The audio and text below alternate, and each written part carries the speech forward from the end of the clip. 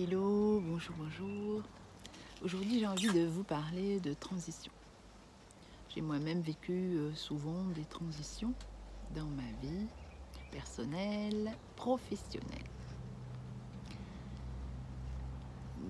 En conséquence, j'en ai créé un modèle, des phases, différentes phases dans les transitions. C'est important de les repérer parce que ça peut aider à passer ces transitions. Donc comment on rentre dans une transition? Ça peut être voulu ou pas.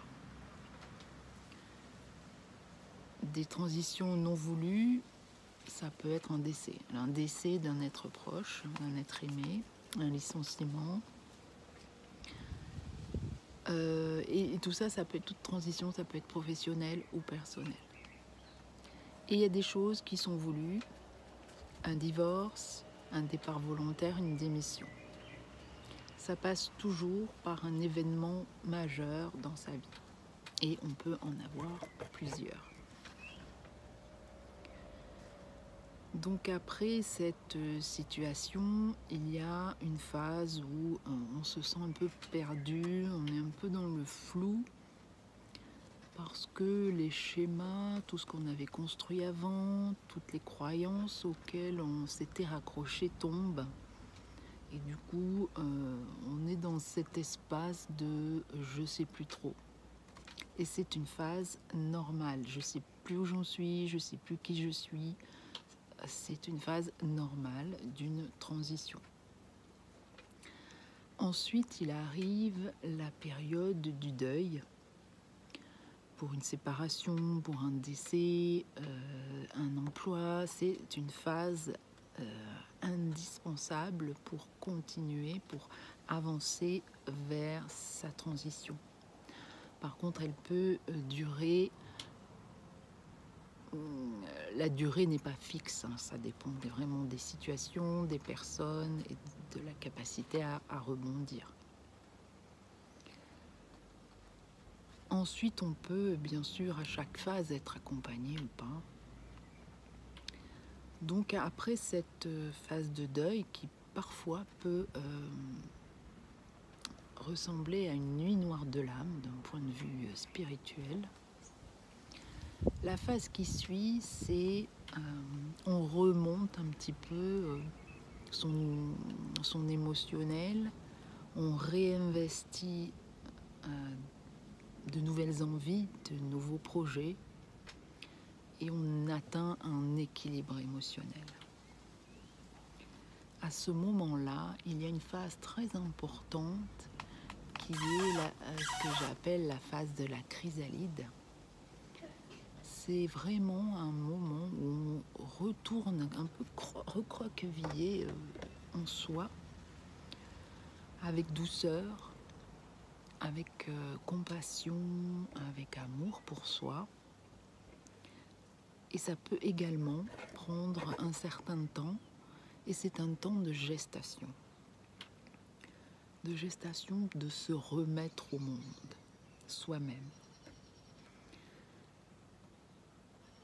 Ça nous permet d'avancer vers un nouveau job, un nouvel équilibre financier, émotionnel, affectif, énergétique aussi. Et enfin, la dernière phase, on accouche de nous-mêmes. Ça m'est arrivé d'avoir l'impression d'être enceinte et d'accoucher,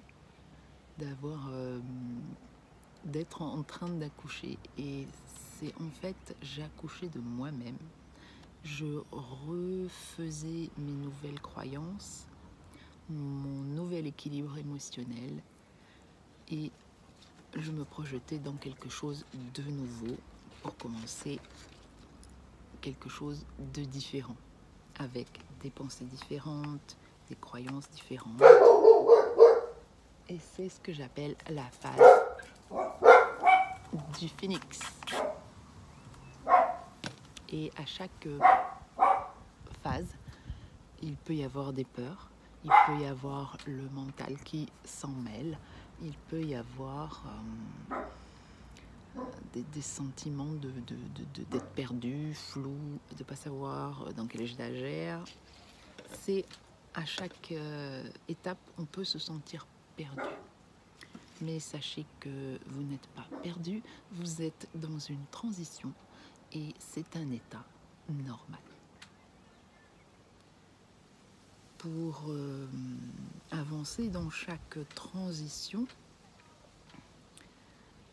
c'est déjà important de prendre conscience qu'on est dans telle ou telle phase et d'accueillir tout cela, d'accepter qu'il y a un deuil à faire d'une situation, d'une personne, d'un job, que ce qui est passé, que ce qui est ce que l'on voudrait qu'il soit ne sera peut-être pas, on n'en sait rien, que demain est fait d'incertitudes et que la seule chose à laquelle on peut se raccrocher dans cette circonstance-là, c'est soi, c'est faire confiance en la vie, avoir la foi en peut-être quelque chose de plus grand que soi, qui peut nous permettre de tenir, d'être déterminé aussi, de ne pas lâcher et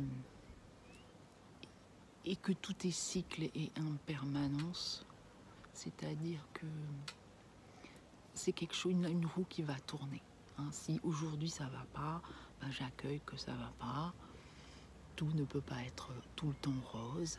La vie est faite de cycles et je suis un cycle et je suis dans une transition qui est un cycle.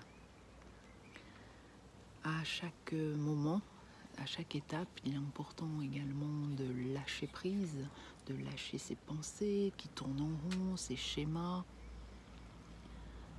de lâcher son mental, toutes ses peurs et d'y avancer quand même. Et à chaque étape, bien sûr, on peut se faire aider. Voilà ce que je permets.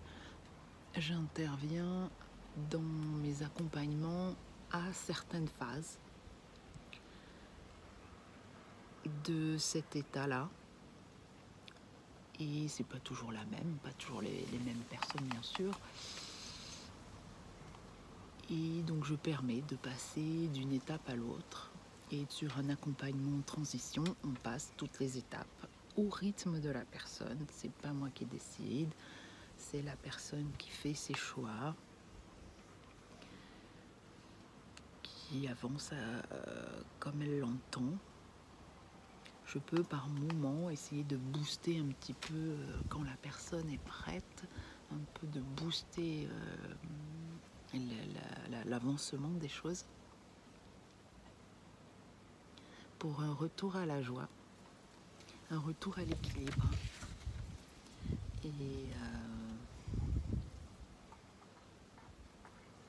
Et voilà, pour entamer un nouveau cycle.